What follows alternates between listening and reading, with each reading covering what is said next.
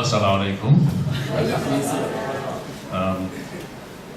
Professor Özdemir, thank you very much for the very compassionate lecture, which is so revealing to us.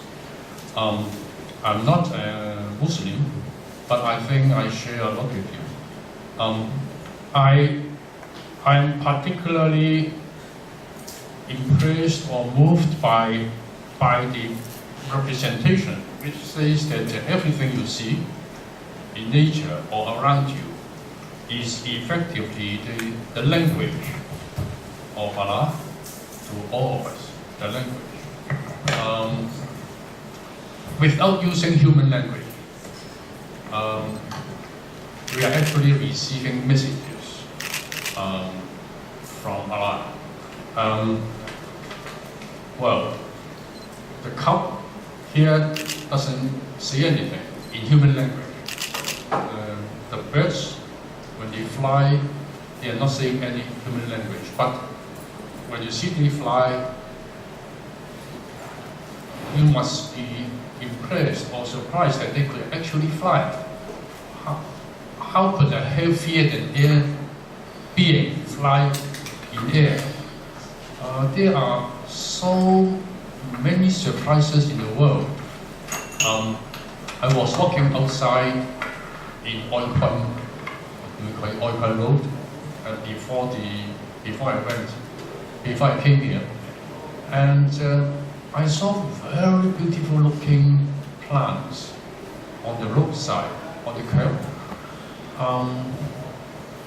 which I always admire.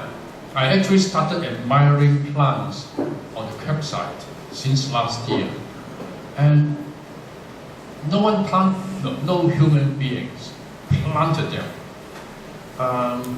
No one designed where they should occur, but they are there, telling us that life could occur anywhere. And then one could ask, why should they be there? What purpose are they performing? Those people who are only interested in money will say that they are useless. They are weeds. They have to be removed. But of course, we know very well that everything, living or non-living, play a role in the unity of everything. Actually, in my course, I teach a subject. I teach a certain subject called Gaia, G-A-I-A. And most people think that, this is a piece of air. But then, do you realize that actually in here, there is life? A lot of bacteria. But in the Western world, in their form of science, they think that this particular, say, a box is an empty space filled with dead air, and then the bacteria are things added to this cube. This is a very artificial view. We should always realize that any space, 1 meter, 1 meter, 1 meter, it is not just space and air. It is always life with the space. It's like people saying that, in the sea we have fish. See, this is the sea, and this is full of water, and then there you find fish. But this is a very artificial view. Wherever you go in the sea, you take a cube, the fish is always there. So it's part of the sea. It is not the sea plus fish. So the Western world has distanced life from space and the material. It's like the earth, water, and air. They talk as if earth, water, and air are independent identities separate from life. But that's totally wrong. We also have the fire. And some of you, can I say a little bit about science? We have Mars and Venus as our brother or sister planets. This is the Sun. We have Venus, and then the Earth, and then Mars. Well, we are brothers, but we are so very different. On Venus, on Mars, we have more than 90% carbon dioxide. You know carbon dioxide. On Earth, it is only 0.04%. But on Earth, we have 21% oxygen. They have very little. So we are brothers, but we are so very different. So what's the reason? The reason is that on Earth, from a long time ago, we have things like bacteria, things with so I forget about what so is in English. Huh? Chlorophyll. Yeah, chlorophyll. I'm sorry. And then, ever since we have life on Earth, anything with chlorophyll will turn carbon dioxide into oxygen. So to run this long story short, in the air we have a lot of carbon dioxide in the air, and then we have very little carbon dioxide in our air, but a lot of oxygen. So many people think that the physical world controls the biological world. So if this is hot climate, then you can only have certain kinds of plants.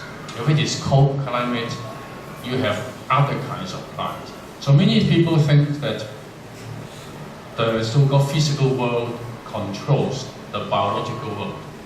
But from the example I've just quoted, you will realize that biological world actually also affects the physical world. Is that understandable? I have not spoken English for a long time, so it's a little bit rusty. So it's about the very important point. This world we are in has a balanced, just, peaceful, unified pattern. And that pattern includes numerous members in the community. It is a community. It could be inside the community we have earth, water, air, and fire, which most people will relate to as so-called dead and meaningful, senseless things. But we also have ants, bees, grass, flowers, trees, fish, many kinds of different things. And they together with land, together with earth, fire, air, together, the so-called physical world and the biological, they actually work together so that everything is recycled within our earth. And during this recycling process, everyone has a moment of glory. We could be here for a few decades, flowers maybe for a few months. The individuals may die, but the species go on.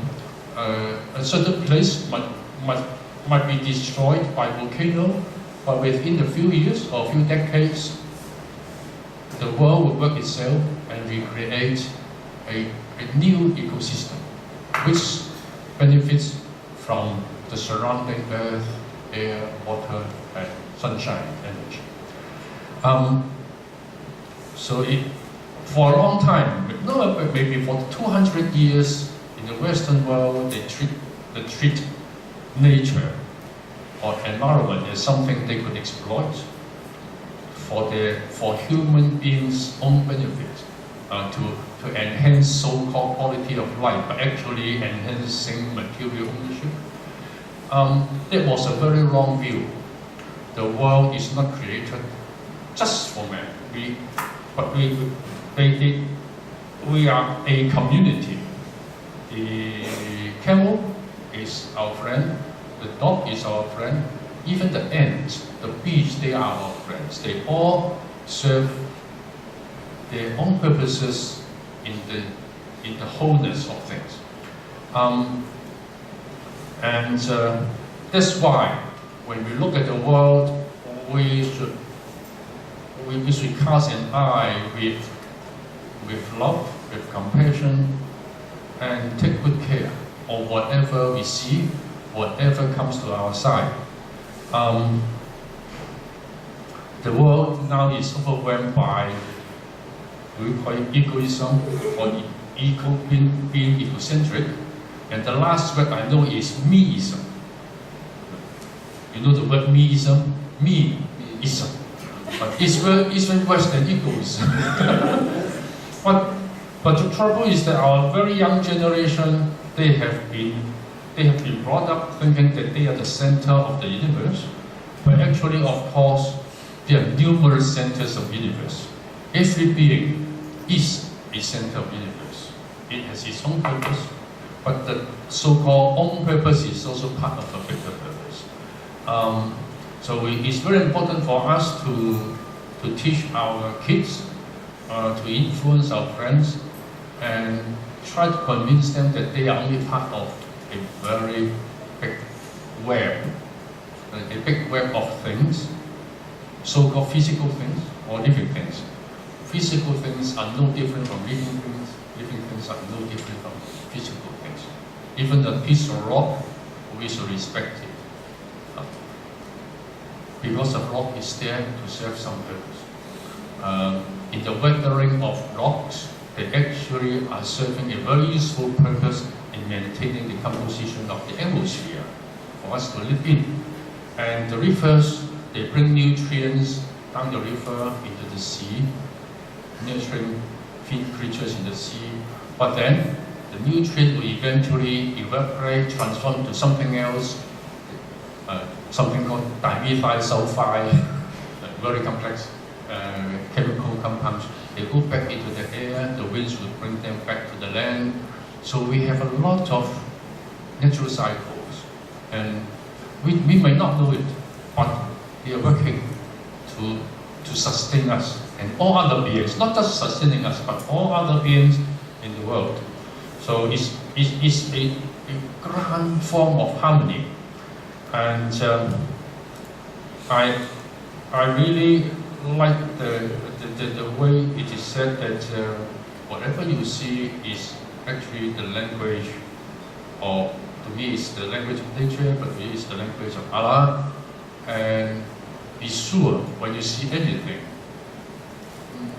fill your heart with compassion, with love, and with gratefulness, because they are not there.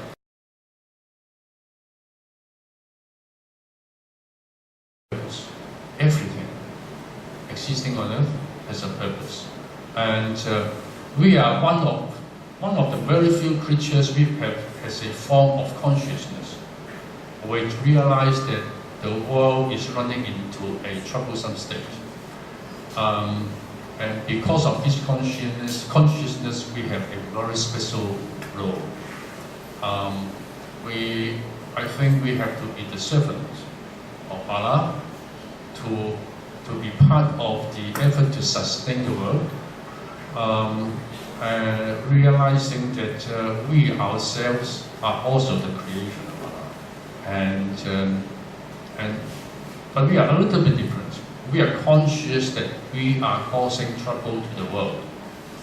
The ants might not realize it.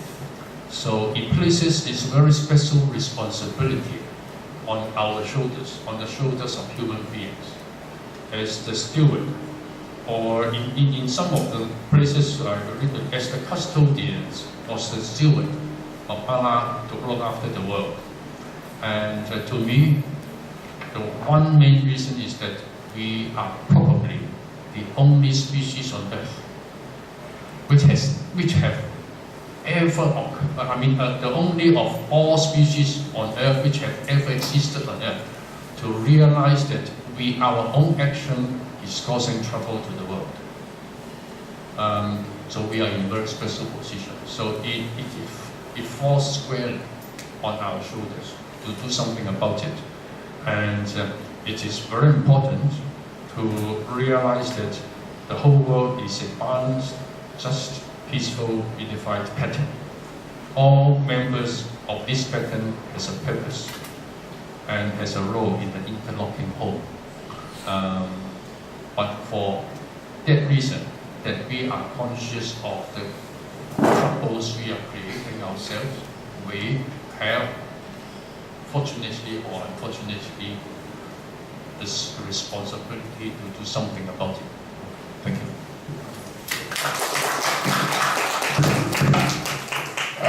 Thank you very much, Professor Lam. I think that is wonderful,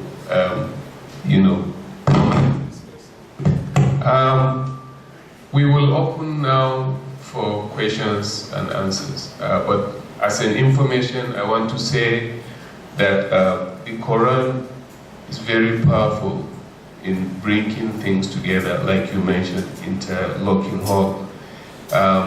Surah Al-Baqarah is called the cow, and we also have Nal, the ant, and we also, the bee, and we also have the ant, in terms of surahs. So we have species that are actually named strongly in the Quran as, ayahs. So it's open for questions. May I answer? He raised very good question, because I just skipped some of my. You call small part of the sentences of the Quran as ayah. Ayah. It means sign. It means also symbol. It also used for the nature.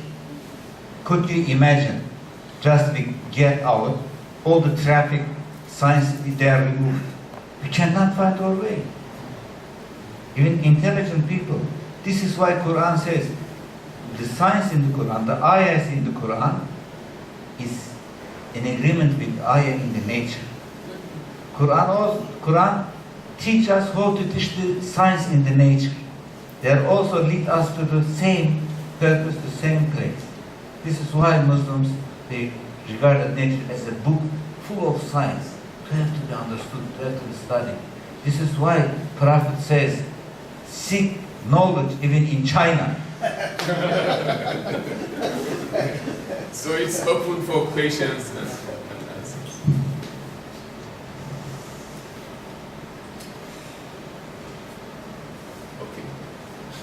Maybe I will do troubleshooting. May I ask Professor Young-Yuman to make the links, I think they have been very well established.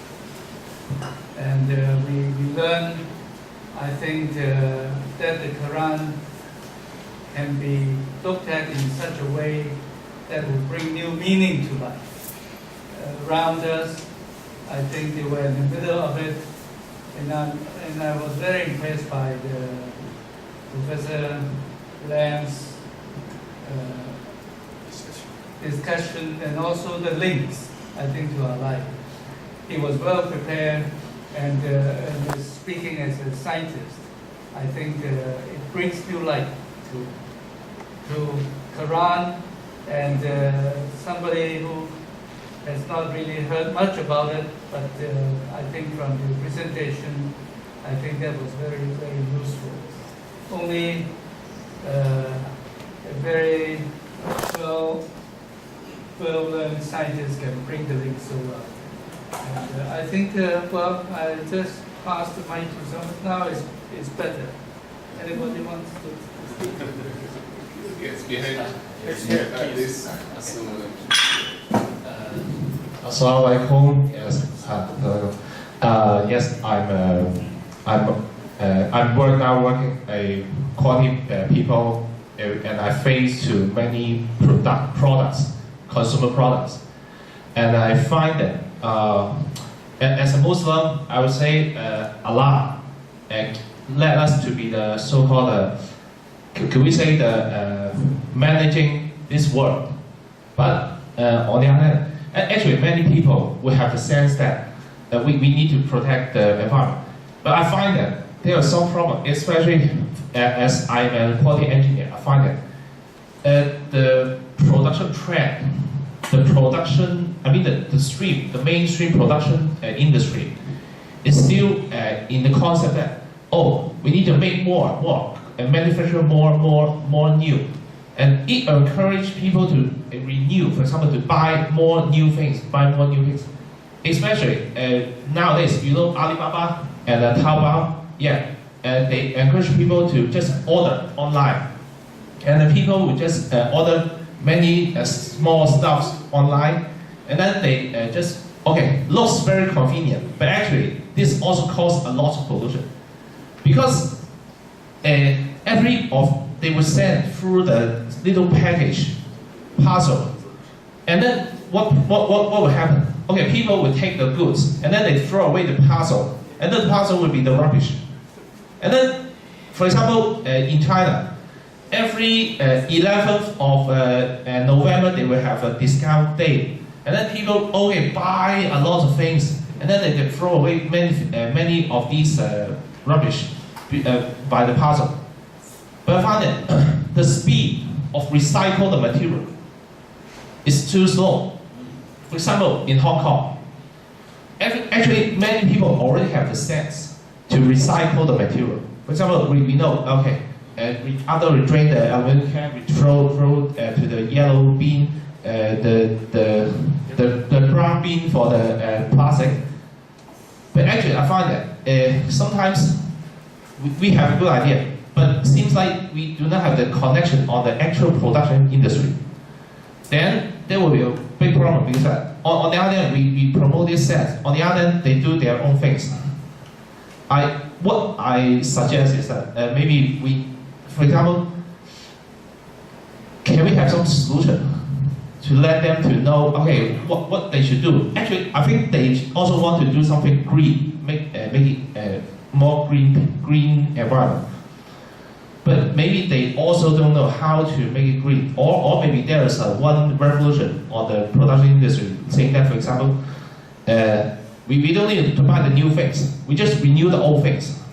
Renew the old things rather than buy the new things. Then we do not need to create the new things.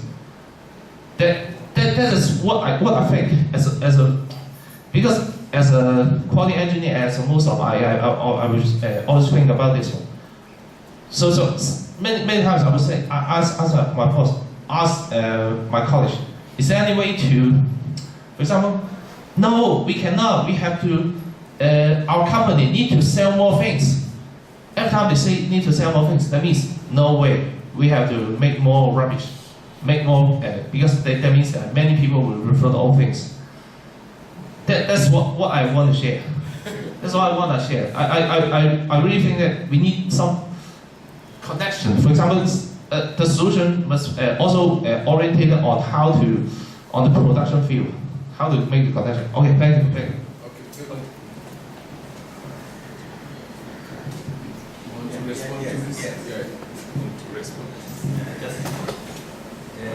Thank you. This is a very important issue, especially overconsumption.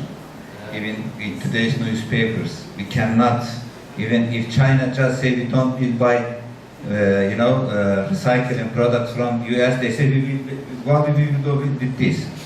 But the basic teaching of the Quran, it says, everything, there is a limit to everything because it is created by God. You see? Therefore, message of the Quran, eat and drink, but waste not by excess. Verily He loves not the excess. Allah, you can consume, you can eat, you can drink, everything is created for us. But wastefulness, it says, you see, Allah does not love you. Look at the punishment. Just you have to develop a sense of internal ethics, moral obligation about your consumption pattern. But when it is done, there is also, people are not all there the same level of intelligence. There must also be laws. to protect animals, to make some limits.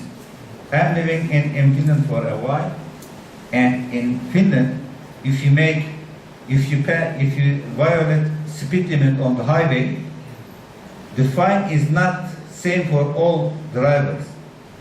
The fine depends on your education and also on your salary. Yeah, if you have your salary, your education high, you will pay more. Because they say you must know that. As Muslims, we have to be more responsible and careful because everything is created by Allah. We can use it, but we cannot overuse it. Thank you very much for this. Yes, we have someone from you. I think I just wanted to follow up on the gentleman's point of view. Is that we seem to, of course, we do have all the background and all the evidence in the Quran and the Hadith. But as Muslims, we do not actually practice what we should know. And even, for example, in Hong Kong, or in especially those who are in Muslim countries, I do not see any sustainable or even large-scale programs that actually deal with trying to sustain the environment. Even in our schools, we do not actually actively teach or even practice, even in the mosque, this mosque, or in any other mosque in Hong Kong, I don't know elsewhere, we don't actually do recycling programs. We don't even encourage people to try to, understand how to save the environment. So how can we try to change the mindset to be more towards what the Prophet ﷺ would have wanted us to do? Thank you very much. Can I interject? Maybe you respond a bit, and then I would also like Professor Lam Chiu Ying to respond. Let me just give a short answer. Okay. Professor Lam, I will also, because I also enjoyed his contribution. I only blame myself, not anybody else, because we always, for almost in recent centuries, we always see Islam as a political system, as a liberation theology. In the colonial time, it was understandable. In the post-colonial time, it was still understandable. But in the 21st century, we have to understand Islam as a religion about the universe, about creation, about the meaning of life here. Yesterday, a gentleman, a professor, very knowledgeable person, asked me, do you have any examples from the history? I said, yes. My examples are Western travelers who traveled the Muslim lands in 19th and 18th century, from France, from Britain, from Germany, who visited Istanbul, Damascus, Jerusalem, Cairo. They recorded whatever they saw on their way. It is amazing. You cannot believe it. About Muslims care about environment, about animals, about the trees, about the protection of even the roads. Could you imagine? I just want to remind from an environmentalist perspective. The Prophet says there is 70 layers of iman, levels of iman. The lowest one is pick up something from the road which can disturb others. You see, it means, we have to care about our conception or anything around us which can disturb with smell, with health issues, which can disturb others. We have to take necessary measures together, take our own responsibility. This is why my message, especially to the young people here, they have to study the environmental problems, environmental issues. I lectured 1 month in Cape Town in 1980, in 98. 20 years or 30 years ago. 30 years ago, Then they invited me last year again as a keynote speaker. There was a lady, African lady, beauty of black beauty, example of a black beauty, lady with hijab. She said before starting her paper, she said, today I am very happy. I am proud to be here. Why? Because when I was an undergrad student at CUHK University, İbrahim Özdemir came as a young professor, taught us about environmental values, how Islam cares about environment. Now I have a doctorate, I have a PhD in environmental engineering about water protection in South Africa. I said, this is my Nobel Prize. You see, we are scholars, we just share our views with you. There's a lot of creative minds, they will come with new solutions. It is our obligations. Let's leave radical, marginal ideas out there, make small things in our lives. This is why I said, if we start with Bismillah, with the name of Allah, with compassionate, the merciful, the grateful, then we will change many things. Yes? Thank you.